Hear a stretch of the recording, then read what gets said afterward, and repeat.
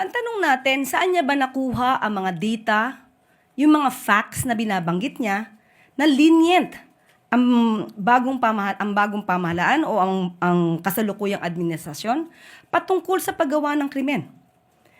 Sinabi na po natin ito. Panahon po ni dating Pangulong Duterte, mas mataas po ang crime rate kung ikukumpara po sa panahon ng kasalukuyang administrasyon. Yan po ay base sa statistics. Siguro po bago po magbintang at magparatang, si Mayor Baste patungkol sa di umanong leniency ng Pangulo ng kasalukuyang administrasyon patungkol sa pagsasagawa ng krimen. Tignan niya po muna at araling mabuti, makipag-usap sa mga abogado para malaman kung ano ang totoong records. Mas mataas po ang crime rate sa panahon ng kanyang ama.